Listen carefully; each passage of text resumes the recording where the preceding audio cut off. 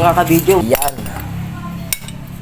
Natapos na natin yung ating DIY na bisagra ng pintuan ng kotse natin ginagawa. Yan. Bali, okay na siya. Wala na siyang alog. So, itong nasa gitna ito, stainless yan. Bushing.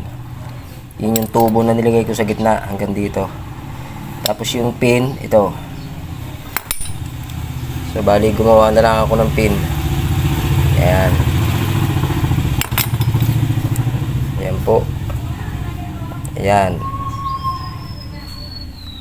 So, ating ikakabit na sa ating pintuan.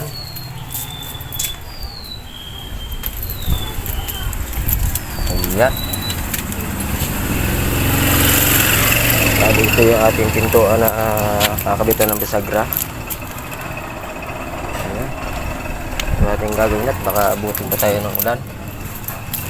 So, yun lang mga kabidyo.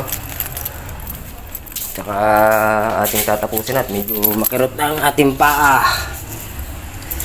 Ating napako. So, ito naman ay ating inuman na ng gamot. Ayan o.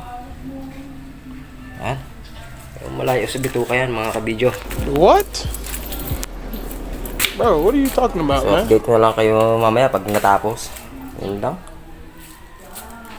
5 minutes later. Yan mga kabidyo, nakakabit na yung ating bisagra na ginawa. Ito. Nakabit na rin natin yung pinto. Natin bubuksan. Iyon. Smooth na siya. Para natin tandaan. Iyon. Wow! Yan. Nagawa na natin. Bali, ito ay sumasaya dito.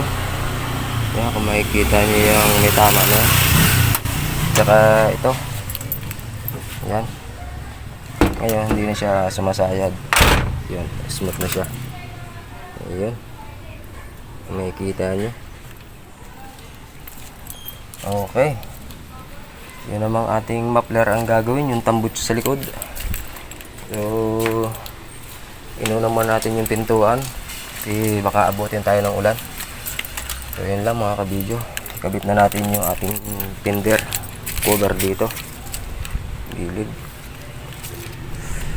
Ayan. Yun lang mga kabidyo.